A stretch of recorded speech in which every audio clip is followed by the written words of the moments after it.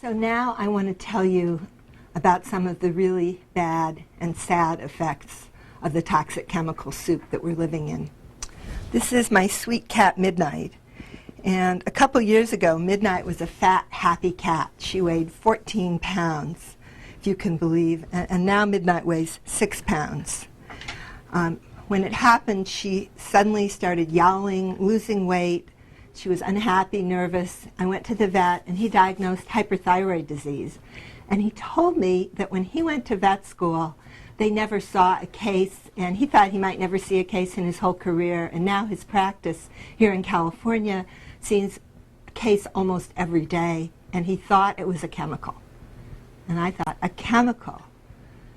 This toxic flame retardant from our furniture is known to cause thyroid problems in mice, rats, frogs, and kestrels. And fire retardant chemical workers have more thyroid problems. This must be what's causing Midnight's problem. And I told my vet.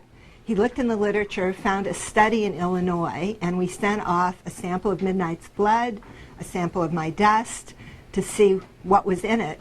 And a few days later, I got a call from Illinois saying, you have the highest level of toxic flame retardant in your dust and in your cat that we've ever seen.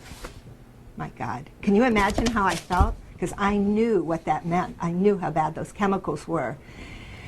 And I have to say I was in denial because I didn't have much in the way of carpeting or electronics or draperies. All I had was 3 pieces of stuffed furniture that I'd bought in the 80s. And I couldn't believe it was full of toxic fire retardants. So I went and I borrowed an XRF gun. In fact, this very gun that's been used to find lead in kids' toys. This gun, it cost $40,000. It's amazing, though. It can measure very low levels of metals like lead, and it can measure the bromine in toxic fire retardants. So I took my couch cushions. This is the very cushion, and it's in my garage now. I wouldn't have it in my house, but I'm saving it for science. I measured the level of bromine in this cushion, and it was 6% bromine. That means 6% toxic fire retardant in my house. And it was the same level was in my dust, and the same thing is in my cat. So why did we have such a high level? Why did my house have the highest level that this vet in Illinois had ever seen? And you can see the answer on this PowerPoint. This is levels of toxic fire retardant in dust from various places. And if you look at Germany and the United Kingdom, there's virtually none. Now you look at Massachusetts, Georgia, D.C., Canada, Massachusetts, there's a low level. And you look at California, we have the most. And that's the level that's in Midnight and my dust. We had a high level for California. And the reason that we in California have such a high level of toxic fire retardants is we are the only state that has a flammability requirement for our furniture. So furniture in California, the foam has to resist a 12-second exposure to an open flame. And the way you do this is you make your furniture 6% flame retardant. And unfortunately, there's no requirement for any health or any safety information on the flame retardants that go into our furniture. Now, does this make us in California safer from fires? Well, maybe it does, but it doesn't do it enough that it shows up in any fire statistics. So if you look at the fire statistics over the 2 decades that we have had these toxic fire retardants in our furniture, we have done no better in improving fire safety than any other state. So I would say that we need data that chemicals like this do make a difference in helping our safety. And when we need fire retardant chemicals, we need to know what they are and we need to know they're safe. So what do you do with furniture like this? Well, aside from saving a few cushions from science, I sent my furniture to the landfill. And I thought long and hard about doing that because, of course, the dump is not the end of the story. The chemicals from our couch leach out, and we find them in sewage, we find them in soil and in air, and these very same chemicals that came mostly from furniture in California are now in the food supply all over the world. And so they end up in our bodies and our kids, both from the dust and from our food. And the people who are the most vulnerable to these sorts of toxic chemicals are children and pregnant women.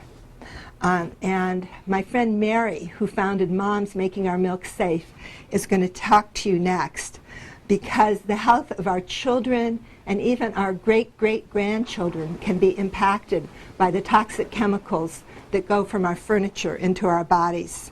But remember, this is an optimistic story. I think we can solve this problem. It just takes political will to demand that these chemicals, with no testing and no information on their health, that they not be put in our furniture and our consumer products. Well, I'm a mountain climber, and I feel like I'm on my life's most important and perhaps perilous expedition.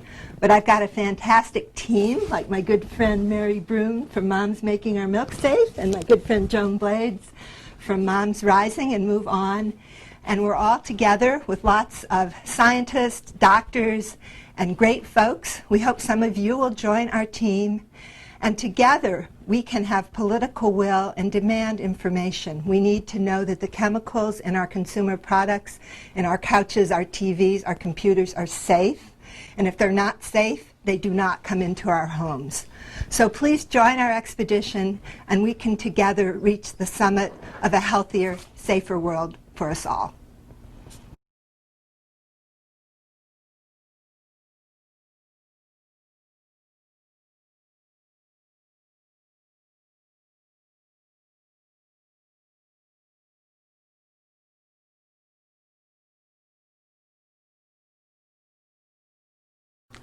Arlene came over to my house and measured my couch, and it's a couch from my grandmother. I had it recovered about 6 years ago. When Arlene told me that my furniture had flame retardant in it, I couldn't believe it. I mean, these are like been around my house for, the last 10 years. And then I got pissed off, because what in the heck is flame retardant doing in my couch? I don't smoke. Nobody smokes in my house. When Moms Rising members heard about this, they got right on board there.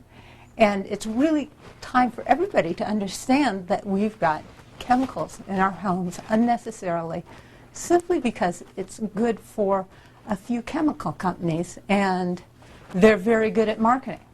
It just isn't right.